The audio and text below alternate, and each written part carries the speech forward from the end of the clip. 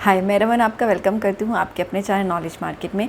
आज हम बात करने वाले हैं यूरोपियन की एक और कंट्री जो कि है फ़िनलैंड। मैंने बहुत सारी यूरोपियन कंट्रीज़ की वीडियोस बनाई हैं, आप लोगों को पता होगा, जो लोग शुरू से मुझे फॉलो करते हैं, जिन्होंने मेरा चैनल सब्सक्राइब किया है। तो वैसे ही आज मैं एक और कंट्री लेकर आई हूँ फ़िनलैंड, क्योंकि इसमें हमने जब देखा कि इसमें बहुत सारी जॉब की ओपनिंग है, इसकी सैलरी इतनी अच्छी है, इसका प्रोसेस टाइम भी मतलब जैसे बाकी कंट्रीज़ का भी 7-8 मंथ्स आ रहा है, बट इसका प्रोसेस टाइम भी 3-4 मंथ्स का ही है। तो बहुत अच्छी अपॉर्चुनिटी है। जो लोग यहाँ जाना चाहते हैं, जिन्हें इंग्लिश ज़्यादा नहीं आती, या वो आइल्स नहीं करना चाहते, या उन्होंने नहीं की हुई, तो वो लोग यहाँ पे जा सकते हैं। हाई स्किल वाले पर्सनस भी जा सकते हैं और लो स्किल्स वाले भी जा सकते हैं। जो लेबर या कंस्ट्रक्शन पे जाके काम करना चाहते हैं वो भी जा सकते हैं। तो जिन्होंने मेरे चैनल को अभी तक सब्सक्राइब नहीं किया है वो चैनल को सब्सक्राइब कर दीजिए। वीडियो अच्छी लगे तो उसे लाइक शेयर कमेंट भी ज़रूर करिएगा।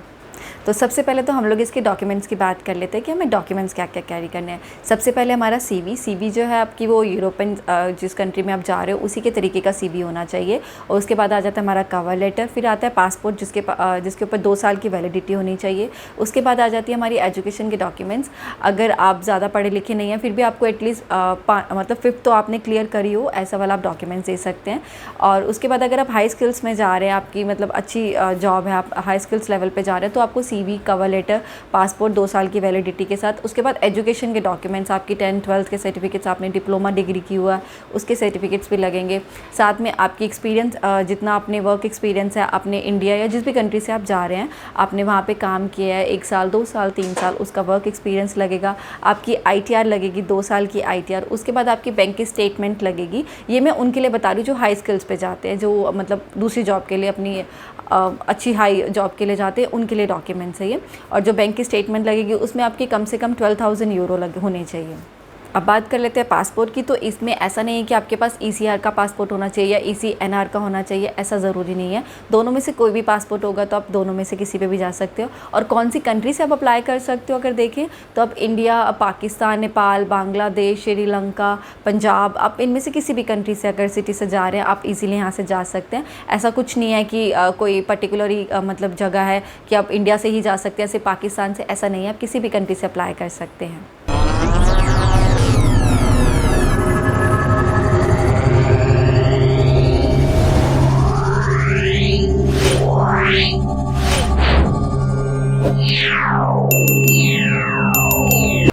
अब बात कर लेते हैं वीज़ा कैटेगरी की, कौन कौन से वीज़ा है इस कंट्री में जाने के लिए। तो सबसे पहले आ जाता है हमारा टेम्परेरी वीज़ा, जिसे कि हम टूरिस्ट वीज़ा, विजिटर वीज़ा भी कह सकते हैं, जो कि 6 मंथ का होता है, 9 मंथ्स का होता है। फिर आ जाता है हमारा परमानेंट वीज़ा, जो कि 1 साल का होता है। इसे आप बाद में रिन्यू करवा सकते हैं 4 ईयर्स के लिए।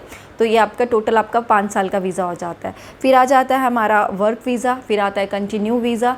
उसके बाद आता है हमारा स्पेशलिटी वीज़ा। ये होता है सिर्फ डॉक्टर्स और इंजीनियर्स के लिए, जो मतलब अपने काम में स्पेशल हैं, उनके लिए ये वीज़ा होता है। उसके बाद आ जाता है हमारा हेल्थ केयर वीज़ा, जिसमें आपकी नर्सिस हो गए, आपके जो केयर टेकर्स हो गए, या बच्चों की नैनी वगैरह हो गई, या जो सीनियर सिटीज़न की टेक केयर करने के लिए होते हैं, उनके लिए ये वीज़ा होता है। फिर आ जाता है हमारा बिज़नेस वीज़ा। बिज़नेस वीज़ा पे आपको पता है कि जो लोग भी वहाँ जाके छोटा मोटा बिज़नेस करना चाहते हैं, ऐसा नहीं कोई बहुत बड़ा बिज़नेस खोलना चाहते हैं, जो छोटा मोटा बिज़नेस भी खोलना चाहते हैं, उनके लिए भी यही वीज़ा हो जाता है। फिर आ जाता है हमारा blue card. Blue card apply करना भी वहाँ पे जाके बहुत ज़रूरी होता है। ये क्यों होता है? क्योंकि आपको पता है कि जब आपके पास यूरोपियन का वर्क वीज़ा होता है, आप किसी भी यूरोपियन कंट्री में जाके घूम सकते हैं, थोड़ा ट्रैवल कर सकते हैं, बट आप वहाँ जाके काम नहीं कर सकते। बट अगर आपके पास ब्लू कार्ड होगा तो आप यूरोपियन कंट्री में घूमने के साथ साथ आप वहाँ पे काम भी कर सकते हैं, कोई भी जॉब भी कर सकते हैं, आपको उसके लिए कोई रोकेगा नहीं। तो और ये जो ब्लू कार्ड है, ऐसा नहीं है कि आप वहाँ जाके अप्लाई कर सकते हैं। ब्लू कार्ड के लिए आपको वहाँ पे 3 साल कंटिन्यू पहले काम करना पड़ेगा, उसके बाद जाके अपने ब्लू कार्ड अप्लाई कर सकते हो। और ये जो ब्लू कार्ड है, ये आपको वहाँ का आपका एम्प्लॉयर ही देगा, जिसके अंडर आप वहाँ पे 3 साल आपने काम किया हुआ है। तो इसमें ही आप 27 कंट्रीज़ वहाँ पर ईजिली घूम सकते हैं। अब बात कर ले इसके फ्री वर्क वीज़ा के बारे में, तो आपके पास 5 साल का इसका फ्री वर्क वीज़ा होता है। इसमें आपका सिर्फ 80 या 90 यूरो ही खर्चा आता है, बाकी ज़्यादा खर्चा नहीं होता है। और फ़िनलैंड में दूसरी चीज़ ये है कि जब आप जाते हैं तो आप इसमें क्या करते हैं कि जब 5 साल आप कंटिन्यू रह लिए, उसके बाद आप अपनी जाके PR अप्लाई कर सकते हैं, जो कि मोस्टली और भी कंट्रीज़ में है कि आप रहने के बाद 5 साल अगर आप कंटिन्यू रहते हैं, उसके बाद आप PR अप्लाई कर सकते हो। तो इसमें भी ऐसा है, बट इसमें भी आपको कंटिन्यू रहना पड़ेगा। ऐसा नहीं है कि 5 साल में आपने 1 साल में 6 महीने आप इंडिया चले गए या कहीं और ट्रैवल कर रहे हो, घूम रहे हो, रह रहे हो, ऐसा नहीं है। बाकी वही आपको जो 1 साल के अंदर आपकी 28 लीव्स मिलेगी आपकी कंपनी की तरफ से, आप उसमें ही जा सकते हैं। बट इसमें आपको कंटिन्यू रहना पड़ेगा पड़ेगा, उसके बाद आप PR अप्लाई कर सकते हैं। फिर बात कर लेते हैं कि अगर आप टूरिस्ट वीज़ा पे जाते हो और क्या वो वीज़ा कन्वर्ट हो जाता है आपका वर्क वीज़ा में, तो हाँ ये भी हो जाता है। अगर आप टूरिस्ट वीज़ा पे वहाँ जाते हो उसके बाद आप वर्क वीज़ा में कन्वर्ट करवा सकते हो। वो कैसे? आप गए टूरिस्ट वीज़ा पे, आप वहाँ पे रहे, आपने कोई भी छोटी मोटी जॉब करी किसी एम्प्लॉयर के अंडर और उस एम्प्लॉयर को आपके स्किल्स अच्छे लगे, आपका काम अच्छा लगा, तो वो एम्प्लॉयर आपको अपनी कंपनी का जॉब ऑफ़र लेटर दे देगा और जैसे ही वो आपको एक जॉब ऑफ़र लेटर देगा आपका वीज़ा ऑटोमेटिकली कन्वर्ट हो जाएगा आपके टूरिस्ट वीज़ा से आपके वर्क वीज़ा में। तो इसके लिए आपके पास स्किल्ड होने चाहिए। ये भी एक अच्छी अपॉर्चुनिटी है कि आप यहाँ से सिर्फ टूरिस्ट वीज़ा घूमने जा रहे हैं और वहाँ जाके आपने वर्क वीज़ा में कन्वर्ट करवा लिया। बस इसके लिए आपके पास स्किल होने चाहिए, आपके पास काम इतना अच्छा आना चाहिए कि एम्प्लॉयर आपको झट से पसंद कर ले, उसको आपका काम अच्छा लगने लग जाए और आप भी वहाँ पे छोटी मोटी जॉब करते हुए बड़ी जॉब करने लग जाए। तो ये आप पे डिपेंड करता है। तो फ़िनलैंड की अगर प्रोसेस की बात कर ले, इसका वीज़ा कितनी जल्दी आ रहा है, तो इसका वीज़ा जो है ना अभी बहुत ही जल्दी आ रहा है। लाइक अभी इसका वीज़ा आपका 2-3 मंथ्स में 4 मंथ्स में आ जाएगा। बाकी साथ क्योंकि अभी आपको पता है कि जितने लोग जिस तरफ जा रहे हैं वो क्रोएशिया, स्लोवेनिया या पोलैंड है ना, ये वाली साइड जा रहे हैं लोग, माल्टा जा रहे हैं, इन साइड्स पे लोग ज़्यादा जा रहे हैं।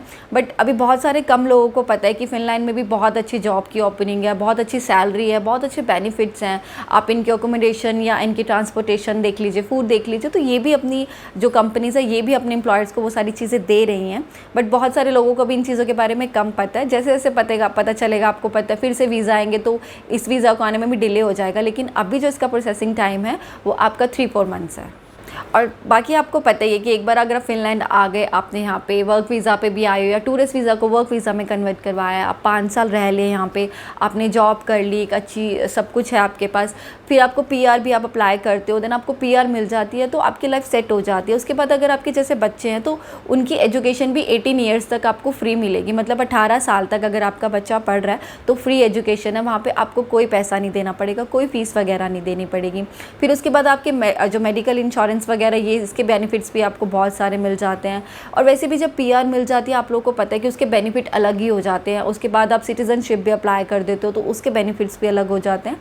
तो ये सारी चीज़ें तो तभी होंगी जब आप PR अप्लाई करोगे, फ़िनलैंड जाओगे, एक जॉब करोगे, तब होंगी। तो अगर आप ड्राइवर हैं, आप एज आ मतलब ट्रक ड्राइवर जाना चाहते हैं या वहाँ पे स्कूल बसेस जैसे अगर आपको चलानी है तो उसके लिए भी, तो इसके लिए आपके पास यहाँ से एक हैवी लाइसेंस होना चाहिए जो आपको कैरी करना है। आप वहाँ पे ड्राइवर की जॉब के लिए भी जा सकते हो, बहुत अच्छी अपॉर्चुनिटी है। उसके बाद अगर आपको लाइक हाउस कीपिंग या फिर आपको वेटर, बार टेंडर, शेफ़ ना, रिसेप्शनिस्ट, मैनेजर ऐसी पोजीशन चाहिए तो आपको यहाँ से होटल मैनेजमेंट करके जाना पड़ेगा। आपके पास होटल मैनेजमेंट की डिग्री होगी तो आप वहाँ पर जाके इन सारी जॉब्स में भी अप्लाई कर सकते हो। और वैसे भी ना वहाँ पर बर्गर किंग, मैकडी और KFC ऐसे छोटे छोटे बहुत सारे रेस्टोरेंट्स हैं। तो वहाँ पे ऐसा नहीं है कि आप हाई स्किल में ही जॉब कर सकते हैं, आपको वहाँ पे बहुत बड़ी बड़ी कंपनीज़ भी मिलेगी जिनमें आप जॉब कर सकते हो, या आपको वहाँ पे छोटी छोटी जगहें भी मिलेंगी। कोई शोरूम हो गया, कोई मतलब एक जैसे मॉल्स वगैरह हो गए यहाँ जहाँ पे आप फूड वगैरह लेने जाते हैं, या डिलीवरी बॉय बन सकते हैं। तो छोटी मोटी जॉब भी वहाँ पर बहुत सारी है। अब बात करें कि आपको अप्लाई कैसे करना है, तो आप यहाँ पर ऑनलाइन अप्लाई कर सकते हो। इनकी खुद की ऑफिशियल वेबसाइट पर जाके फ़िनलैंड की, आप वहाँ जाके अप्लाई कर सकते हो। इसके अलावा अगर आप वहीं पे रह रहे हो और तब आपको जॉब अप्लाई करनी है तो वहाँ बहुत सारी एजेंसीज़ बनी होती है, आप उनमें जाके पर्सनली उनसे मिलके जॉब अप्लाई कर सकते हो। अगर आपको एजेंसी में भी नहीं जाना तो आप किसी के थ्रू वहाँ पे कोई कंपनी होगी जिस पे आप वहाँ पे जाके खुद से इंटरव्यू दे सकते हो, पर्सनली इंटरव्यू दे के देन आपका सिलेक्शन हो जाएगा। तो अगर आपको जॉब ढूंढनी है, आपको थोड़ा तो स्ट्रगल करना पड़ेगा, आपको ईजिली सारी जॉब मिल जाएंगी। आप ऑनलाइन भी ढूंढ सकते हो, वहाँ जाके किसी एजेंसी के थ्रू, या वहाँ जाके खुद से किसी कंपनी में भी जाके इंटरव्यू दे सकते हो। बस आपको पता होना चाहिए कि वहाँ पे इस टाइम पे जॉब की अवेलेबिलिटी है कि नहीं है। तो अब मैं आपको बता देती हूँ कि इसकी ऑफिशियली वेबसाइट जहाँ फ़िनलैंड की आपको जाके अपनी जॉब वगैरह चेक करनी है वो है आपकी enterfinland.fi। आप इस साइट पे जाके चेक कर सकते हो कि कौन कौन सी जॉब अवेलेबल है वहाँ पे और कौन सी नहीं है, और किस में क्या सैलरी है, और मतलब क्या क्या उसमें आपको और फैसिलिटीज़ वगैरह बेनिफिट, ये सारी चीज़ें मिलेंगी। एंड सेकेंड की अगर हम इसकी सैलरी की बात करें तो इसकी $1500 है आपकी per month salary, minimum wages है जो आपको मिलनी ही मिलनी है अगर आप एज आ लेबर जा रहे हैं या आप किसी भी उस पर जॉब पे, छोटी मोटी जॉब पे भी जा रहे हो, राइट। और अगर इसकी हम मैक्सिमम सैलरी की बात करें तो ये आप पे डिपेंड करता है, आपके पास जितना एक्सपीरियंस होगा, जितना आपका काम अच्छा होगा, उससे ज़्यादा उतनी ही सैलरी आपको मिलेगी।